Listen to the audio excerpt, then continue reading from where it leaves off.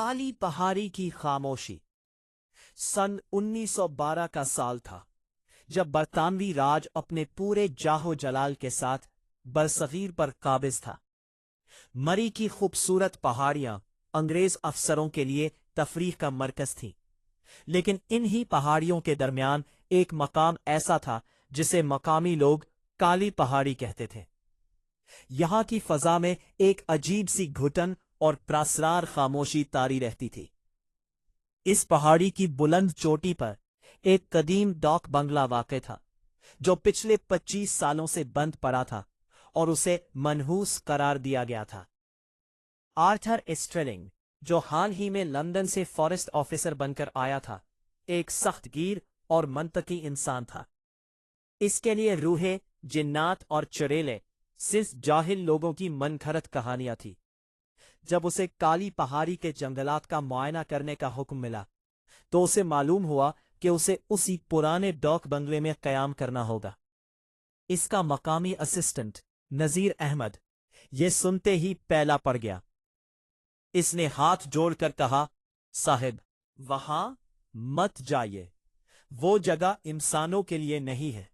मेरे बाप दादा कहते थे कि वहां की जमीन खून मांगती है। जिसने भी वहां रात गुजारी वो कभी सही सलामत वापस नहीं आया। आर्थर ने अपनी ऐनक साफ की और हकारत से मुस्कुराया।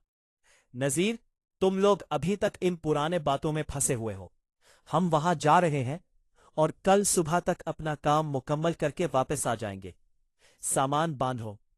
जैसे जैसे वो पहाड़ी के ऊपर चढ़ रहे थे, धुंध इतनी गहरी होती गई कि घोड़ों को रास्ता नजर आना बंद हो गया।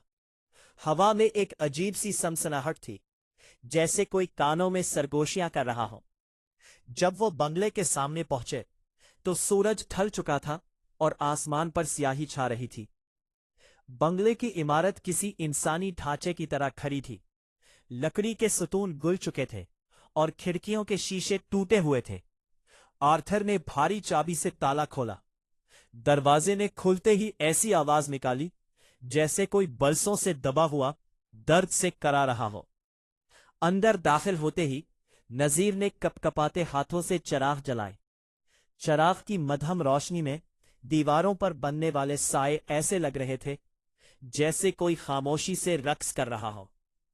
आर्थर ने कमरे के बीचों बीच लकड़ी की भारी मेज पर अपना सामान रखा और वो सरकारी रजिस्टर खोला जो वहां बरसों से गर्द आलूद हालत में रखा था। इस रजिस्टर की जिल्द किसी जानवर की नहीं बल्कि इंसानी खाल की तरह नरम और ठंडी महसूस हो रही थी। जैसे ही आर्थर ने इस पर हाथ रखा उसे एक जोरदार बरकी झटका लगा, लेकिन उसने उसे महज वहम करार देकर झटक दिया। आधी रात का वक्त था। बाहर मरी के जंगल में इल्लू बोल रहे थे और हवा साई साई कर रही थी। आर्थर अपनी रिपोर्ट लिख रहा था कि अचानक उसे छत से आवाज आई, छन छन छन छन। ये घुंघरूओं की आवाज थी। आवाज पहले धीमी थी, फिर आहिस्ता आहिस्ता तेज होने लगी। ऐसा लग रहा था जैसे कोई बहुत वजनी पांव के साथ छत पर रक्स कर रहा हो। नजीर, ऊपर कौन है? आर्थर ने बुलंद आवाज में पूछा। नजीर, जो किचन में लरजते हाथों से चाय बना रहा था, भागा हुआ आया। साहिब, ऊपर तो कोई रास्ता ही नहीं है। सीढ़ियां बरसों पहले जलकर राख हो गई थीं। आर्थर ने मशल उठाई और ऊपर की तरफ देखा। छत की बोसीदा लकड़ी से सियाह रंग का एक गाढ़ा माया टपक रहा था। आर्थर ने उंगली से उसे छुआ और सौंधा। उसकी आंखें खौफ से फैल गईं। वो सियाही नहीं थी, वो ताजा इंसानी खून की बू थी। इसी लम्हे पूरे बंगले में कहां-कहां की एक लहर गूंजी जो किसी औरत की नहीं बल्कि किसी दरिंदे की मालूम होती थी। चौथा बाब, रक्से इब्लीस और उल्टे पांव। आर्थर ने घबराकर अपनी कुर्सी संभाली। मेज पर रखा पैतल का लैंप खुद बखुद थरथराने लगा। तेल पूरा था, लेकिन लौ किसी गैबी दबाव से नीची होती जा रही थी। कमरे के कोनों से काला अंधेरा रेंगता हुआ आर्थर की तरफ बढ़ रहा था। छन छन छन घंघरों की आवाज अब छत से नहीं बल्कि बिल्कुल आर्थर की कुर्सी के पीछे से आ रही थी। ऐसा महसूस होता था जैसे कोई उसकी गर्दन के बिल्कुल करीब खड़ा होकर नाच रहा हो। रक्स की ताल इतनी तेज थी कि आर्थर का सर चकराने लगा। कौन है वहां? आर्थर ने लर्जती आवाज में पीछे मुड़कर देखा।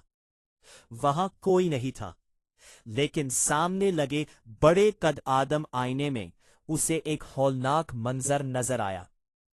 आईने के अंदर आर्थर के पीछे एक औरत खड़ी थी, जिसका कद छत को छू रहा था। बाल जमीन तक लटक रहे थे और उसके पांव, जो एड़ी की तरफ से मुड़े हुए थे और उंगलियां पीछे की जानिब थीं, वो एक चुड़ैल थी जिसका चेहरा गोश्त से आरी हड्डियों का मजमुआ था। पांचवा बाब, खूनी दस्तखत और मौत का परवाना। नसीर अहमद कमरे में दाखिल हुआ तो उसकी हालत गैर थी।